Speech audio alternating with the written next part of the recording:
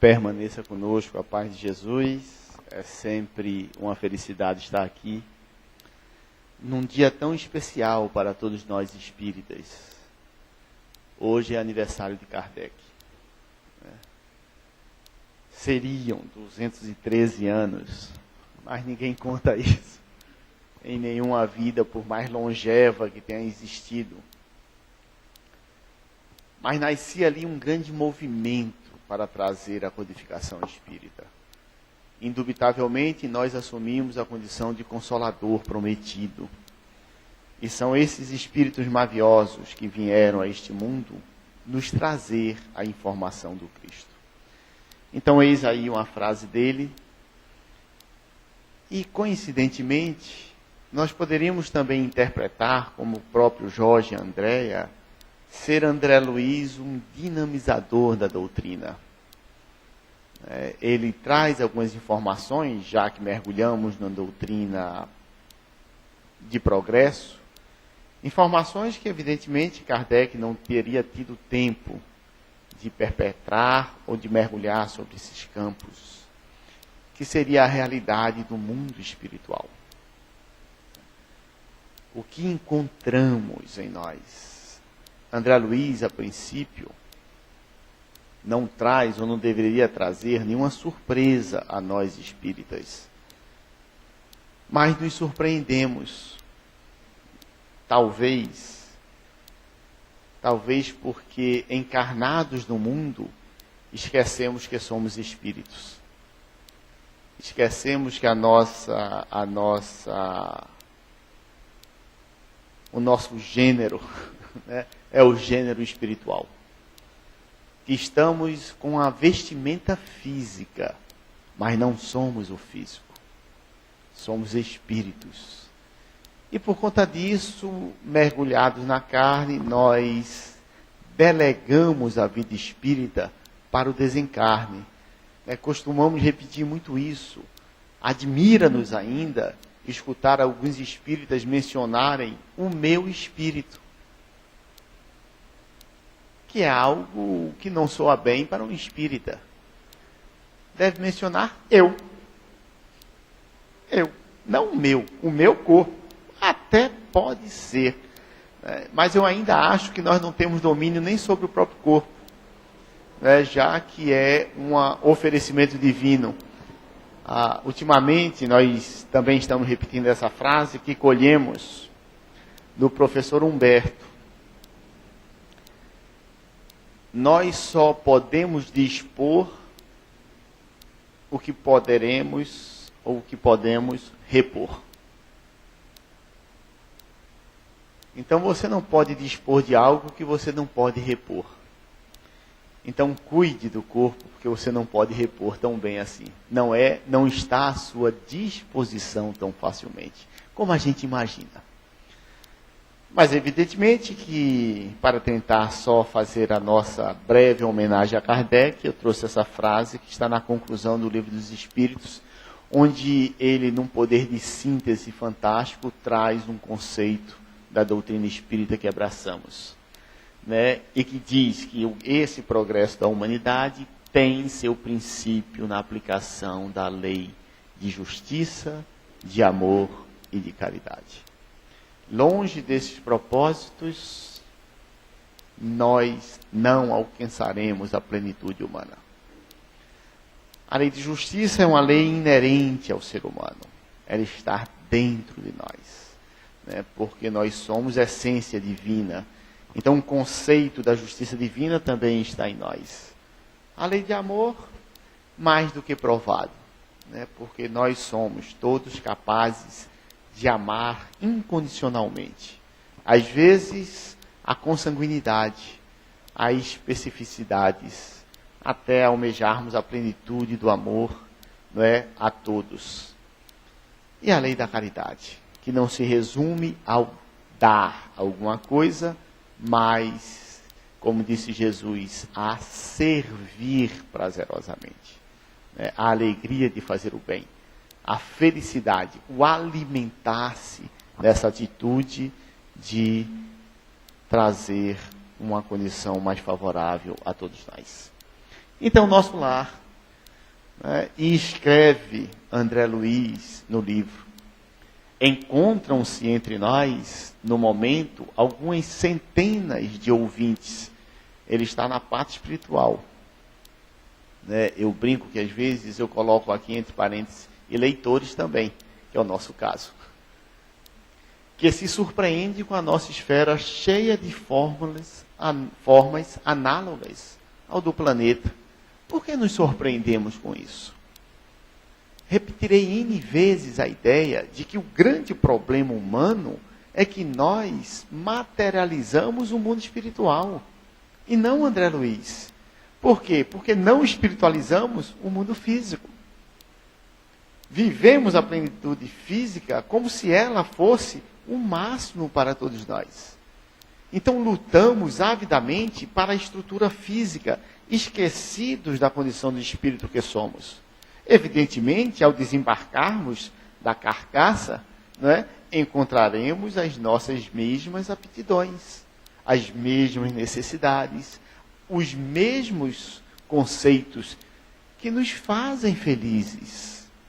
Se a nossa felicidade plena estiver em algum momento físico, nós continuaremos buscando esses mesmos momentos físicos. E é isso que ele diz. Não havia aprendido que o pensamento é a linguagem universal? Será que ainda não entendemos que nós construímos o nosso mundo pelo pensamento? E não é um mundo virtual, é um mundo real? É um mundo físico? Quantas vezes nós nos deparamos com os nossos próprios sonhos e vivemos a realidade e sentimos-nos presentes naqueles ambientes? São numerosos os irmãos que formulam semelhantes perguntas. Todavia, encontro aqui a habitação, o utensílio e a linguagem terrestre. Simples assim. Não vamos encontrar no mundo espiritual, não é, essa condição de interagirmos pelo pensamento, se não o fizermos aqui. Fazemos às vezes, doutor Cláudio, quando você pensa na filha, e aí entram em sintonia, e às vezes nem precisam falar um com o outro. E a mesma relação de Bia com você. Porque há um entrosamento afetivo. Se eu não construir isso em vida, não construirei no mundo espiritual. Não será uma realidade minha. Mas para construir esses acessos do espírito, eu preciso moralizar-me. Moralizar-me. Você também está dentro dos pensamentos aí. A mãe já está alisando ele ali. Meu caçulinha. Né? Essa realidade, contudo, não deve causar surpresa a ninguém. Ora, é coisa sabida que um homem é obrigado a alimentar os próprios filhos. Nas mesmas condições, cada espírito é compelido a manter e nutrir as criações que lhe são peculiares. O que estamos criando? O que estamos criando ao nosso derredor é o que estaremos nutrindo. Os grandes conceitos do livro, né, por mais que nos admire a beleza da plástica de uma cidade, não é isto que André Luiz quer nos mostrar. Ele quer nos mostrar que nós estamos construindo o nosso grande futuro. As aquisições espirituais são todas nossas. E elas vão muito além do túmulo. Uma ideia criminosa produzirá gerações mentais da mesma natureza. Um princípio elevado obedecerá à mesma lei. Olha, eu fui por volume. E aí, só para referendar, já que encontramos nos livros de André Luiz uma grande informação contida nos livros de Kardec, o pensamento e a vontade representam em nós um poder de ação que alcança muito além dos limites de nossa esfera corporal. Pronto. Livro dos Espíritos, questão 662. Por que nos surpreendemos com isso? Porque às vezes ficamos maravilhados quando André Luiz fala do rio azul ou das águas no mundo espiritual. Porque ainda necessitamos Só por isso. Porque se formos ler todo o livro, veremos que no finalzinho, quando ele recebe o título de cidadão de Clarencio, ele diz que já não precisa mais da tão famosa sopa, né? E muito raramente ainda precisa de um pouco d'água. Muito raramente. Nos livros da própria série Nosso Lar, quando nós vamos mergulhar no mundo maior, no Missionários da Luz, em libertação, em ação e reação, e entre a terra e o céu, vamos ver que ele se desliga completamente do mundo físico.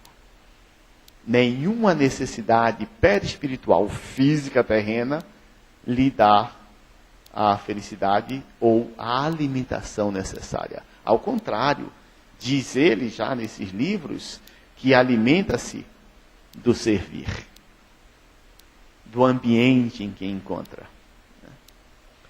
Pode um fenômeno psicológico transformar-se em fisiológico? O pensamento pode fotografar-se e concretizar-se em materialização plástica, tanto quanto criar um organismo vivo. Ernesto Bozano. Claro, perfeito. Dentro dos conceitos espíritas. Para os espíritos, o pensamento e a vontade são o que a mão é, o que é a mão para o homem. Somos espíritos, estamos construindo constantemente. É isso que ele quer nos chamar a atenção. É por isso que Jesus, com muita clareza, nos diz: em verdade vos digo, que se tiveres pensado em adultério com aquela pessoa, já o pecaste. E para aquele momento, as pessoas, como pode isso? Para o momento atual, as pessoas acham isso até um exagero. Nós espíritas não. Nós espíritas conceituamos isso como verdade. Porque você constrói, plastifica esses pensamentos. Até aí, tudo bem. Você assume esse compromisso. E as pessoas que corroborarem com esse pensamento? E os espíritos que se filiarem a você através deste pensamento criado? De adultério ou de pensamentos nobilitantes? Aí estaremos construindo o nosso mundo. Aí estaremos vivendo.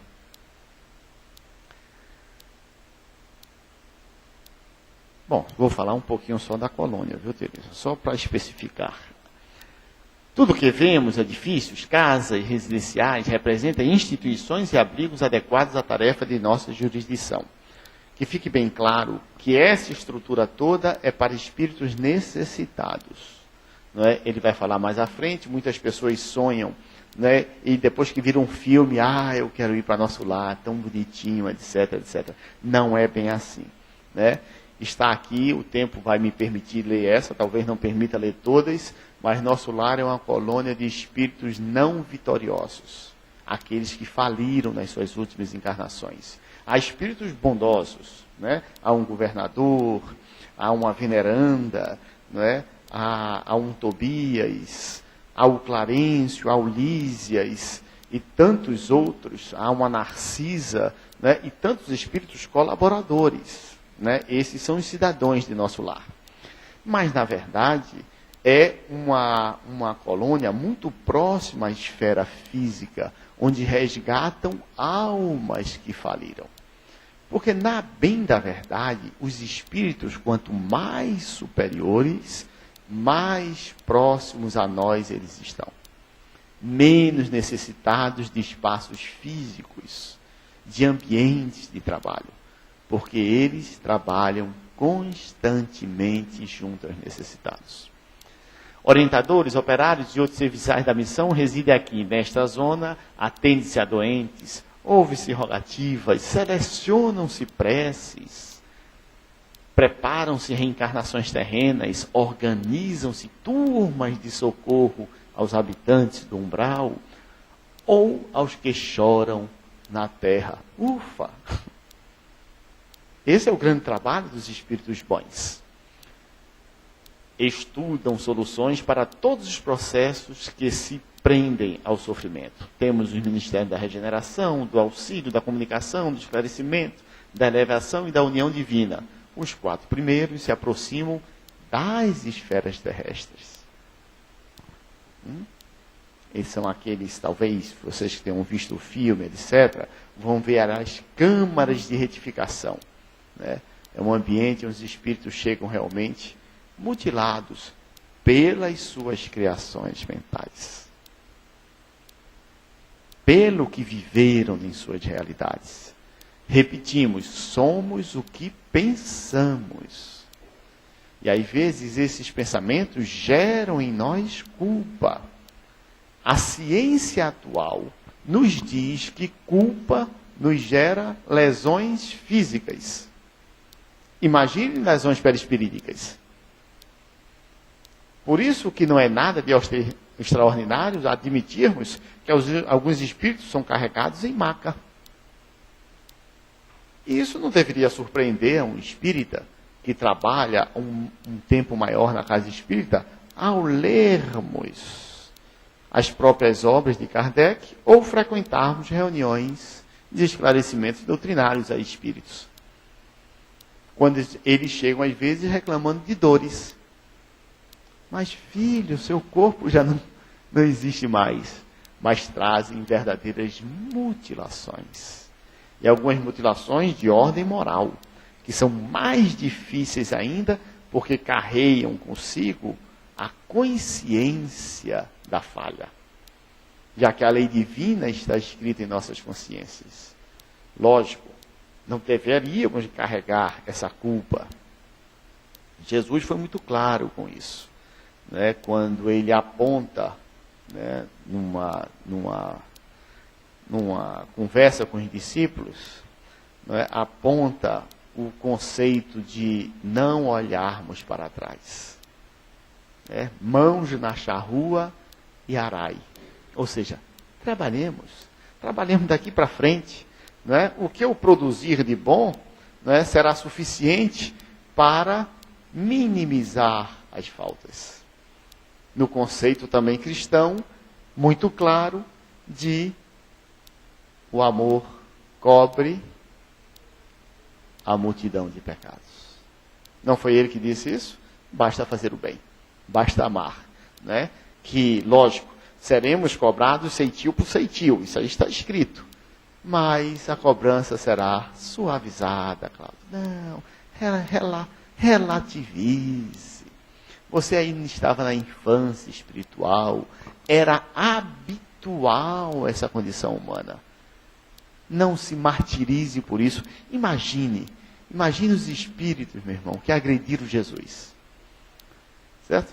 Irem ter com ele. Mas Jesus, eu fiz isso com o senhor. Meu filho, relaxe. Foi preciso. Né? Você já sofreu muito por isso. Esqueça. Eu não me importei na época, que dirá agora? Né? É quando nossos filhos, às vezes, vêm tocar em nós e pedir desculpa por um feito. Né? Todo sofrido, né? Quando o filho faz um mal, o pai fica sofrido, né? Deixe para lá, meu filho. Eu nem me lembro disso. Certo? E ele carrega aquela culpa dolorosa. Mas Jesus, esqueça. Você já fez coisas tão mais valorosas que isso se diluiu no tempo. Isso não tem valor pelos seus feitos. Pois bem, então há esses ministérios, essas coisas todas que nos prendem ainda, né? Alguns, mas precisamos realmente alcançar espaços maiores para merecermos o título de trabalhadores também do outro lado. Como cidade espiritual de transição, é uma bênção para nós concedidas por acréscimo de misericórdia, para que alguns poucos se preparem à ascensão e para que a maioria volte à terra em serviços redentores. Então é uma escolinha, né, de preparo. Não é um mundo de provas e expiações. Aqui vamos dar provas. Tomamos uma aulinha lá na escola e vá, filho. Passe lá seus 70, 80, 90, 120 anos. Vamos pensar assim, né? Eu estou Estou esticando para quem sabe, né, a gente chegue, né, a alguma coisa dessa. Dê prova do que aprendeu aqui, nós estamos preparando tudo isso. Nosso lar está lá. Não é estância de espíritos propriamente vitoriosos. Então, uma vez perguntaram a Divaldo, Divaldo, mas você vai para nosso lar? É muito bom.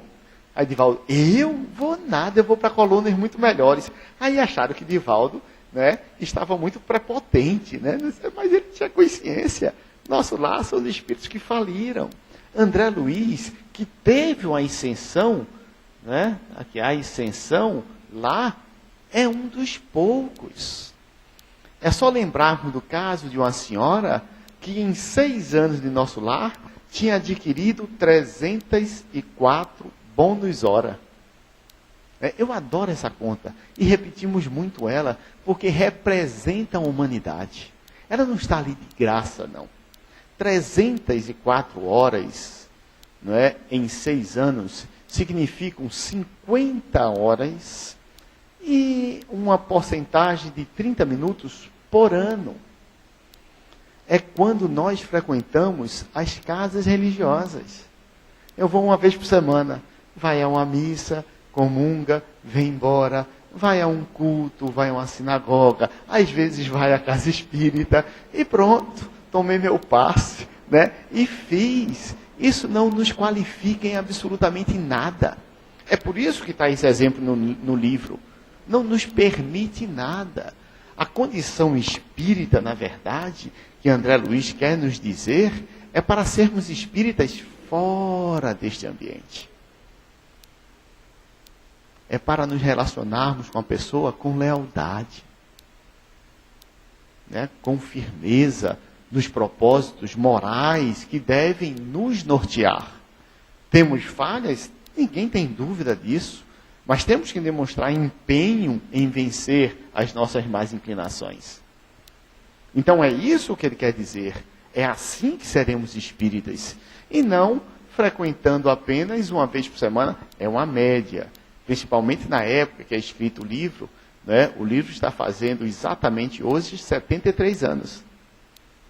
Ele é lançado no aniversário de Kardec. Né? Então,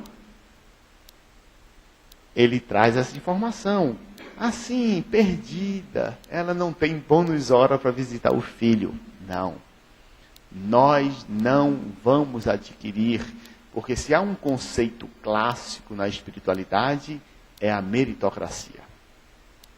Isso é um conceito absolutamente, né?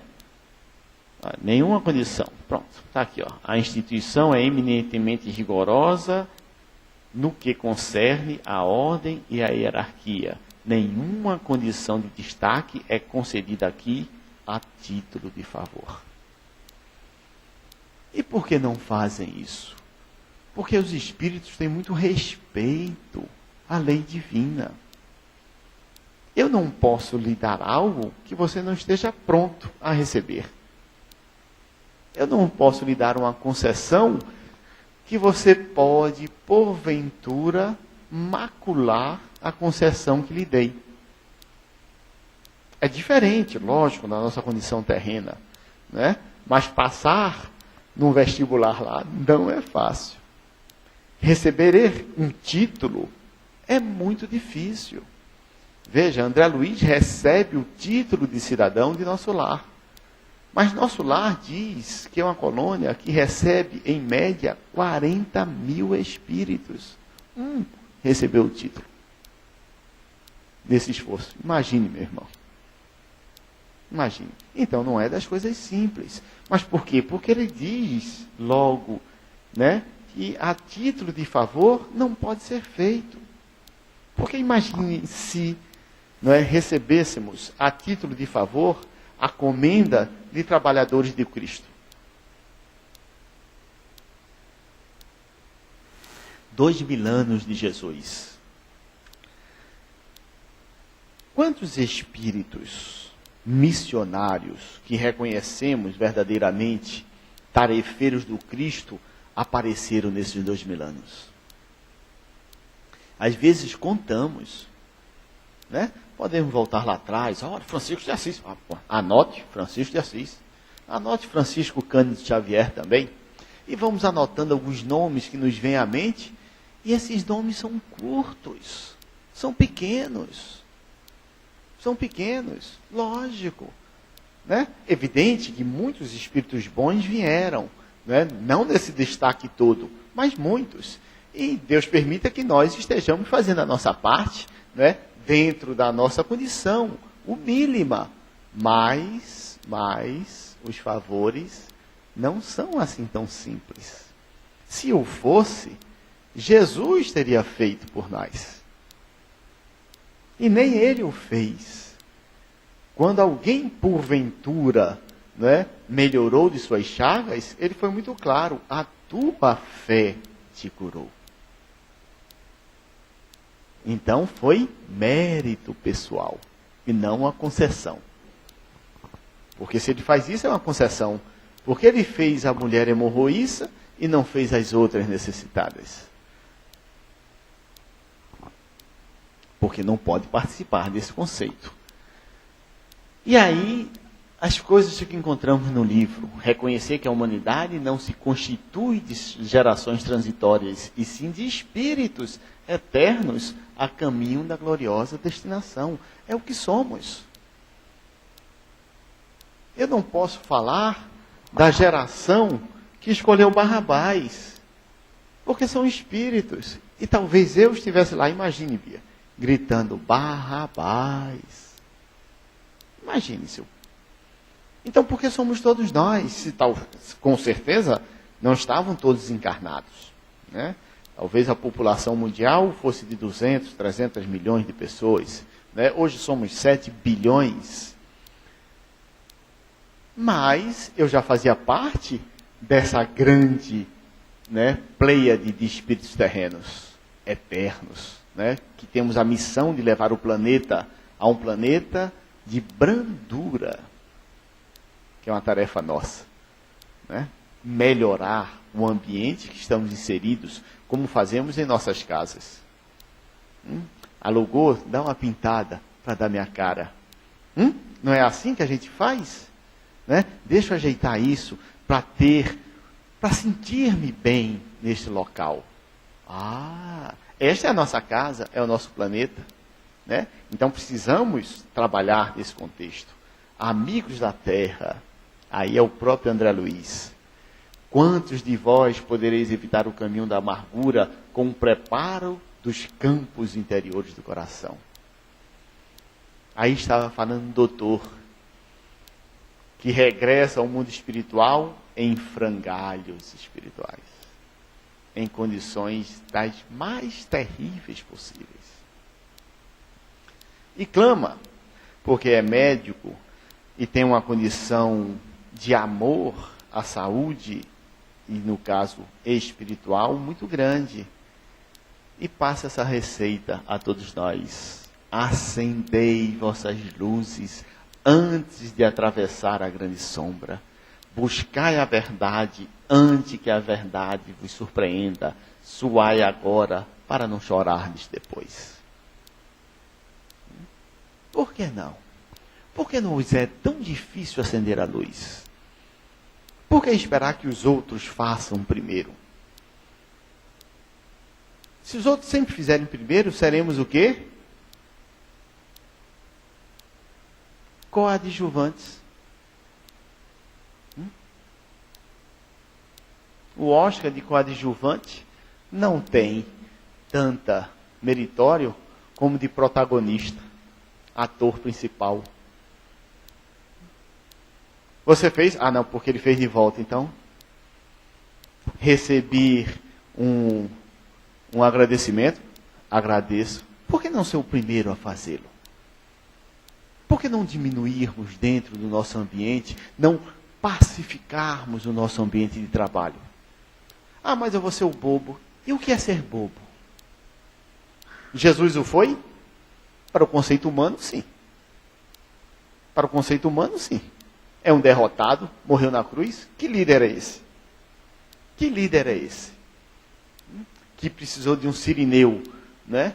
Um escravo do sistema para carregar a sua cruz.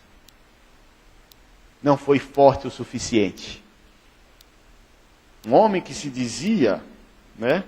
Ele não se dizia, mas se dizia dele, ser um grande, né? Uma fortaleza dos milagres, assim, reconhecidos por alguns. Foi um fracassado. Vibrava o sinédrio com a sua crucificação. Dava de ombros Roma. Né? Então, para o mundo, fracassou. Será? Quem foi o imperador que assinou a crucificação de Cristo? Qual o nome dele?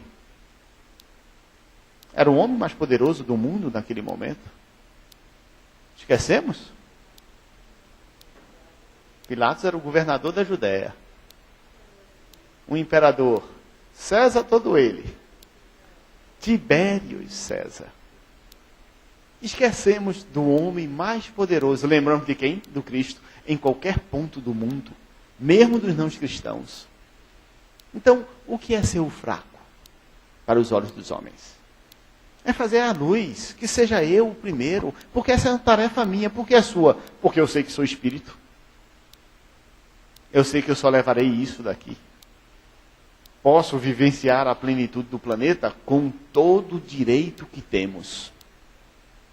Com todo o direito que temos.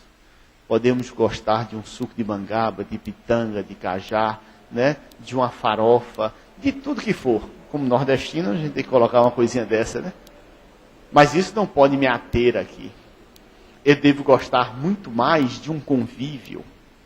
Lembra-se do diálogo de Marta e Maria? Onde Marta, preocupada, imagine, Jesus nunca andava sozinho. Então era Jesus e 12 homens. E Marta, naquele tempo ela não usava a expressão Ave Maria, né? Mas ela poderia, meu Deus, né? Essa multidão de gente aqui, vem comer, vem almoçar, né? Vou ter que fazer a comida para ali. Foi para a cozinha, né? E ficou lá. E Maria no teretetê com Jesus. Ó. Aí Marta, tem alguma coisa errada, né? Eu estou sozinha aqui, fazendo comida para esse batalhão, e Maria está lá. Aí ela foi reclamar a Jesus. Numa expressão nordestina, né? Vem, Jesus, se pode, vê se pode. Eu estou lá dentro, né? Fazendo a comida de todo mundo. E Maria fica aqui. Ah, Jesus, tranquilamente. Marta. Maria escolheu a melhor parte. Conviver, alimentar-se das coisas que enobrecem a alma. Esqueça um pouco a matéria. Viva um pouco mais o espírito. Que mal faria ficar um dia sem comer? Se estávamos ali com Jesus. Imagine que Marta não tinha percebido a grandeza do Cristo. Às vezes, em ambientes que nos elevam, nós passamos, ou deveríamos, nos envolver a pessoas que nem sentem. Talvez algumas pessoas nos chamem até de loucos aqui. Vocês ali se encontram, falam de Jesus. E você, mas isso me alimenta. Então precisamos viver, né, essas pequenas luzes em nós para não sofrermos tanto, né, ao atravessar a grande sombra. Cuidado. Cuidado. Veja, isso não está de graça no livro. Olha os cuidados que eles nos chamam. Os escritores de má fé, os que estimam veneno psicológico, são conduzidos imediatamente para as zonas obscuras do umbral. Por aqui não se equilibram nem mesmo no ministério da regeneração, quando perseveram em semelhantes estados da alma. Cuidado com as nossas predileções de leitura, com a música. Ave Maria, o que estão fazendo com as músicas? Começamos a censurar, sim, é um dever nosso. Veja que esse livro não está aí para falar do rigor da colônia, não, é para nós. Se nós cultivarmos leituras absolutamente amoralizantes, que espaço teremos no campo espiritual? Locais de amoralidade. Não há outro. Porque é o meu pensamento. Né? Vejam, a música intensifica o rendimento em serviço, em todos os setores do esforço construtivo. Ninguém trabalha em nosso lar sem esse estímulo de alegria. Mas precisamos criar audição espiritual para ouvi-los. Será que estamos criando ou educando nossos ouvidos às músicas celestes? Será que estamos nos habilitando a viver um mundo espiritual equilibrado? Porque se não estivermos, não será maldade divina, não. Será adequação. O professor, quando reprova um aluno, ele é mau? Ou ele está adequando o aluno ao seu nível? Ele não coloca um aluno para uma classe atrás, não. Ele coloca um aluno que não está apto a vencer ou a avançar. Somente isso. Então, se não nos adaptarmos a elementos que enobreçam nossas almas, não quero dizer aqui que devamos viver essa plenitude espiritual de imediato. Talvez nem consigamos espaços aqui no mundo para isso. Mas, de vez em quando, procure escutar uma música elevada. Procure se habituar a um clássico, a uma música erudita, a uma música que dignifique um relacionamento humano, dignifique o amor entre as pessoas, popular ou não, mas uma música que entorpeça ou denigra o humanismo. Cortem, mas cortem de primeira. Não permitam nem escutar, nem em vossas casas. Porque simplesmente, como todos nós, estamos muito mais próximo do átomo que do arcanjo, essas músicas, ou essa cultura, essa arte, ou o que seja, nos leva ao nosso primitivismo, que ainda é muito forte em todos nós. Em todos nós. Porque não somos espíritos superiores e ficamos nos prendendo ao mesmo. Chegaremos lá, de novo, filho, de novo. Então, cultuemos sim. Imagine, eu queria viver entre ambientes espirituais onde eu pudesse sentir as boas músicas. Mas aqui eu não aguento 2 minutos de bar. Como é que pode? Será um martírio, uma tortura nos colocar num ambiente desse. E aí, não, filho, seu ambiente não é esse. Por amor a você. Porque você não está apto. As leituras aqui são sempre edificantes. Não, meu filho, você não consegue. Certo? Você sempre gosta de trazer ideias maledicentes, ideias corrompidas, ou que sejam as ideias que não enobreçam a alma. Então você tem que conviver nesses ambientes, para não lhe torturar. Veja que não há agressão na lei divina. Jesus jamais será senhor da violência. Jamais. Respeita-nos absolutamente em nossos conceitos e nossas vontades. Não poderia supor, noutro tempo, que me seriam pedidas contas de episódios simples. Isso é terrível. Isso é terrível, meu Deus do céu. Até isso vocês anotaram, né? Fazer feito o padre lá do Alto da Compadecida. Isso voga. Isso, o padre, não é possível que isso ainda esteja pobre. Isso voga, filho, isso voga.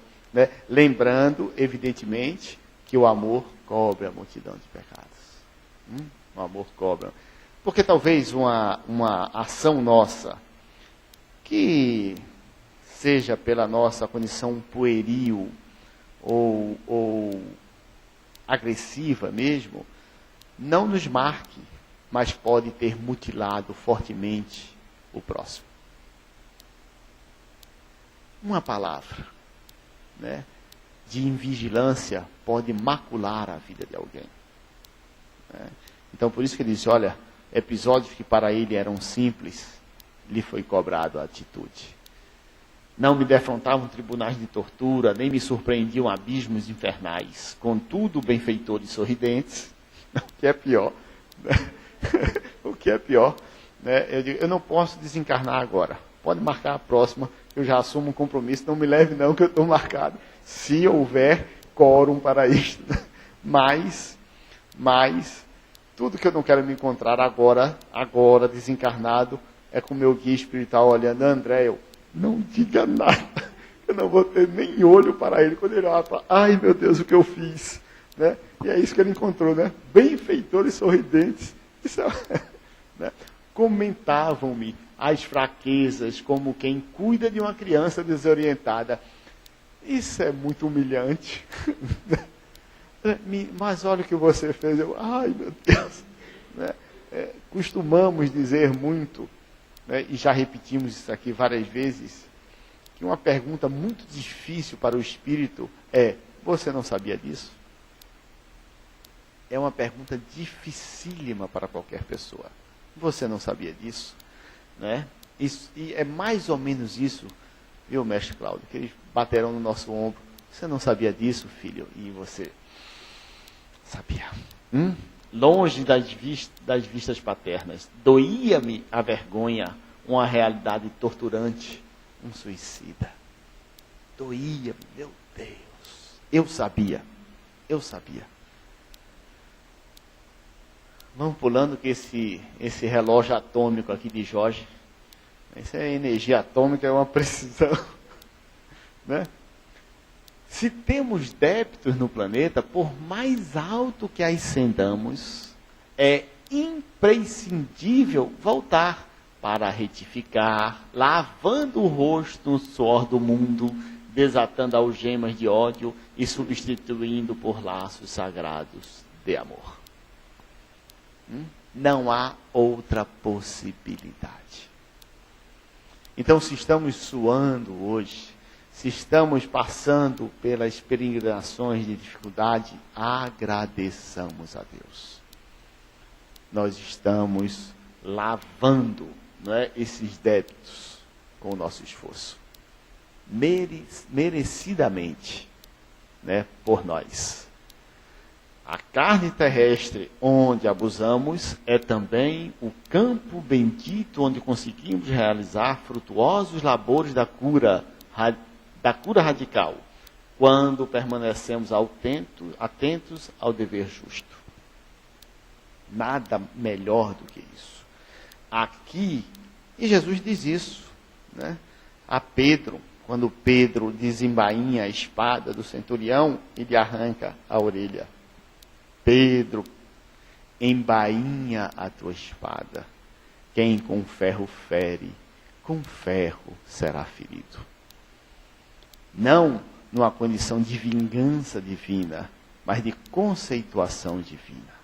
Só entenderemos o mal que fizemos ao outro passando por ele. E aí pediremos. É por isso que às vezes as pessoas olham assim para cima, frequentam a casa espírita, aí vem conversar, fala, olha, eu tenho certeza que tem alguma coisa errada, porque eu não pedi para isso. Eu não quero, eu tenho certeza que eu não pediria isso, né? E verdadeiramente, às vezes, pedimos algumas expiações. Pedimos para entender o que fizemos ao outro. Né? Costumamos também repetir isso. Quando sentimos uma dor leal, verdadeira, grande, né? Aquela que não dói na carne, dói no sentimento. Né? Porque a dor da carne, às vezes um fiozinho de sutura, uma anestesia, um remedinho, né, aplaca essa dor, né? Mas a dor de uma frustração, a dor de uma humilhação ou qualquer coisa, não foi isso que eu pedi. Não desejo isso a ninguém. Eu tenho certeza que quando a gente fala isso verdadeiramente, o guia espiritual toca nos ombros. É isso, filho, aprendeu, né? Dali para frente, em todas as encarnações que vierem, nós jamais faremos uma pessoa sofrer o que nós sofremos.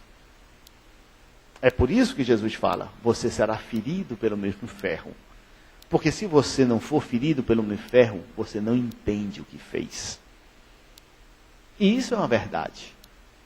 Né? Você não entende a dor do outro, só quando passa. Mas isso, que besteira. Ah, tá bom, tá certo. Volte. Passou pela dor. Ai, como dói. Nunca mais faço isso. Veja que coisa linda. Na história do Espírito. Tantas vezes reencarnar, ele jamais errará nesse ponto. É por isso que em um livro dos Espíritos está escrito, os Espíritos não regridem. Porque quando aprendem, aprendem.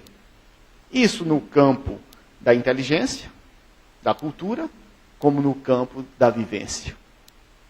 Por isso que vemos aí espíritos nascendo tocando piano, nascendo esculpindo. Agora apareceu um menininho no interior aqui do Nordeste, que não sabe ler, mas sabe fazer conta de todos os jeitos. Né? Um matemático nato. Você pergunta, né, eu chego lá, né, nasci em 65. Aí ele vai falar que eu tenho uns 52 aninhos. Aí eu pergunto a ele, e quantos dias eu tenho? Ele vai dizer, até o dia de hoje. Que mente privilegiada. Agora não sabe ler. Não é das humanas, é das exatas. Né? Mas, assim, ó, no livro, solto, nem o ódio é justiça, nem a paixão é amor. Tudo o que excede sem aproveitamento prejudica a economia da vida. Isso é lição para os espíritos ou para nós? Nós, espíritos encarnados. Né? Não é para André Luiz isso mais. Ele está dizendo a nós. Tudo o que excede sem aproveitamento prejudica a economia da vida. Da vida. Durante esses milênios de humanismo no planeta, nós estamos sendo perdulários com a vida. Responderemos, evidentemente. Todo espírito é núcleo irradiante de forças que criam, transformam ou destroem. Quem pensa deve estar fazendo alguma coisa em algum lugar. A Lures está muito sofisticado. É pelo pensamento que os homens encontram umbral. Toda alma é um ímã poderoso. Há uma extensa humanidade invisível junto à visível. Ou seja, não há dicotomias de mundo. Viu porque somos espíritos? Não há dicotomia. Estão aqui entre nós. Estão aqui nos elementos ou nos lugares mais elevados do planeta, como podemos fazer-se elevar até a nossa casa, como também nos umbrais mais abismais do planeta. Quando todos nós aqui já somos suficientemente maduros de encontrar um ambiente e falar, Maria, isso é um verdadeiro inferno. Isso é um verdadeiro inferno. Né? Desses crimes, dessas mutilações, dessas barbáries que vemos. Vamos ou não vamos chamar disso de inferno? Ou vamos achar que ali não está uma pleiade de espíritos, ou uma ode, melhor chamando de espíritos, compromissados com o mal? Então, essa humanidade, né, visível e invisível, elas estão constantemente unidas. Encontramos isso em Kardec. O pensamento é força viva em toda parte. Encontramos isso no Cristo. É a atmosfera criadora que envolve o Pai e os filhos, a causa e os efeitos. É o lar universal. É por isso que se encontram os espíritos conosco. É por isso que podemos dizer que nossas preces são audíveis pela espiritualidade superior. porque elas lançam-se em pensamento. E aí captam os espíritos sensíveis a isso. Há espíritos que não são sensíveis. Há espíritos que passam e não veem absolutamente nada. Passam pela rua, passam pela nossa cidade, passam por isso, passam por aquilo, presos e irritadiços em nossos trânsitos, e deixam de ver a beleza, às vezes, de uma lua, né? Do mar que nos manda o iodo e os elementos para a nossa respiração, e de tantas coisas bonitas que tem em nossa casa, em nosso ambiente. E quantas pessoas, quando tiram as férias, rapaz, eu nunca vi isso aqui, mas isso já está aqui há tanto tempo. Né? Às vezes passamos insensíveis pelo mundo, né? Porque não temos a leitura do pensamento dessas almas nobres. Nele transformam-se homens em anjos no pensamento, a caminho do céu, ou se fazem gênios diabólicos a caminho do inferno. Né? Que fique claro que isso são figurações, viu? Tanto céu como inferno são estados d'alma, e não espaços circunscritos. É porque aqui há uma citação do livro, não tem o contexto de todo o livro. Eu vou pular esse. Meu Deus do céu. Isso é importante. O homem, quem? Os seus leitores, somos nós. Ele escreve para os encarnados. E, incrível, para os espíritas. Já viu o Papa Francisco falando no nosso lar? Já viu o bispo, o padre, como é, meu Deus, aquele de Arco Verde, famosíssimo? Um homem bom. Esqueci o nome dele. Citando as obras de André Luiz. Ayrton, Não, é para nós espíritas. E o que é que ele está dizendo para os espíritas? Que mais tarde que a conversação amiga, o gesto afetuoso, a bondade recíproca, a confiança mútua, a luz da compreensão, o interesse fraternal, patrimônios que derivam naturalmente do amor profundo, constituem sólidos alimentos para a vida em si. Ele não está falando alimento espiritual, não. Ele está falando alimentos para os encarnados. Não é possível que eu não aprenda a alimentar-se das coisas boas. E necessite sempre, né, daquele prato de feijoada. Não estou nada contra. Feijoada é muito bom. É da nossa cultura. Mas eu preciso aprender um pouco a me alimentar da confiança mútua, da luz da compreensão. Em Missionários da Luz, que é um livro mais à frente, ele vai nos dizer as mesmas coisas, com um detalhe. 70% da alimentação dos encarnados é fluídica. 70%. Repetimos isso, é muito fácil nós fazermos essa leitura. Quando estamos num ambiente que nos apraz, bom ou mal, mas que nos apraz, nós não sentimos fome. Passamos 1 hora, 2 horas, 3 horas, 4, 5, o que for. Estou passeando pelas cidades ali. Eita, vamos comer alguma coisa. Muito mais pelo cheiro que fazem aquelas comidas de rua, do que pela fome. Talvez quando chegássemos cansados nos hotéis, nas casas, puxa, me deu uma fominha agora. Mas passávamos tranquilamente. Chico tinham reuniões de 14 horas consecutivas. E chegava, não, me dê só um mineirinho, né? Me dê um cafezinho, um pão de queijo e tá bom. Porque eu já me alimentei de tudo isso. Isso me fez um bem tão grande. Auxiliar, oferecer compreensão, me ajuda. Em qualquer coisa. É por isso que vamos ver, às vezes, um médico passar 12, 14, 15, 16 horas operando. Ele está ali, ó, entretido, operando, porque faz o que gosta. Né? Um engenheiro calculando. Né? Aqueles engenheiros bem amantes do número, né? Senta na frente do seu computador e fica. E esqueça o mundo está caindo lá fora. Cientista, dentro do... Há uma história linda de Einstein, relógio nuclear, meu Deus, de Einstein, que ele sai, né, do seu escritório, certamente, né, encontra jovens, um professor, né, jovens entusiasmados com as suas teorias, começa a dialogar com ele, né, e dialogam. Está lá o professor feliz da vida, conversando com os jovens. Daqui a pouco os jovens se retiram, tal, não sei o quê. Aí ele chama, meus filhos, por favor, venham aqui. Aí, não, professor. Isso é encruzilhada, né? De onde eu vim? Desta rua ou desta rua? Professor, como assim, professor? Não, porque se eu vim desta, eu já almocei. Se eu vim desta, eu estava indo almoçar.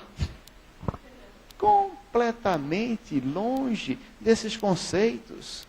Porque mergulhado em seus cálculos, em seus pensamentos, estava alimentado. Isso é uma história real da vida do grande... Isso aqui está repetido, não sei porquê, leseira deste. Que peninha. Leia um livro, que o livro... Eu vou até o primeiro... Puxa vida, o ponto só está no fim. Eu vou primeiro ao ponto e vírgula. O Espiritismo é a nossa grande esperança. Por todos os títulos, é um consolador da humanidade encarnada. Veja o que está inserido em nosso lar. Os espíritos superiores nos falando, seu governador, né? A nossa esperança é o consolador da humanidade encarnada. Que peninha. Benvenuto, olha as almas, né, bondosas que se encontram no livro. Ah, Jorge.